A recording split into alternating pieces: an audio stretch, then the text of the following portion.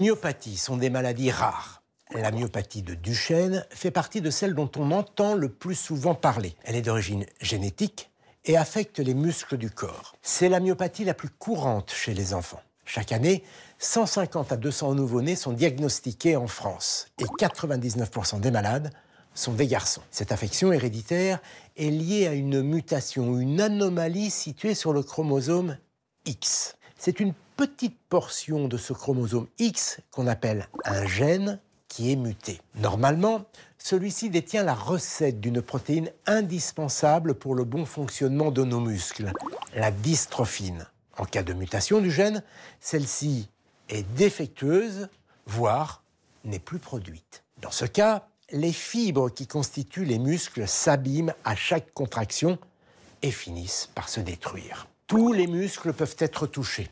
En général, la maladie commence par des difficultés motrices dès l'âge de 3-4 ans. Les muscles des jambes deviennent de plus en plus faibles, entraînant des difficultés à la marche. Au fil du temps, la faiblesse musculaire progresse pour atteindre les bras, le tronc. Le moindre mouvement devient difficile.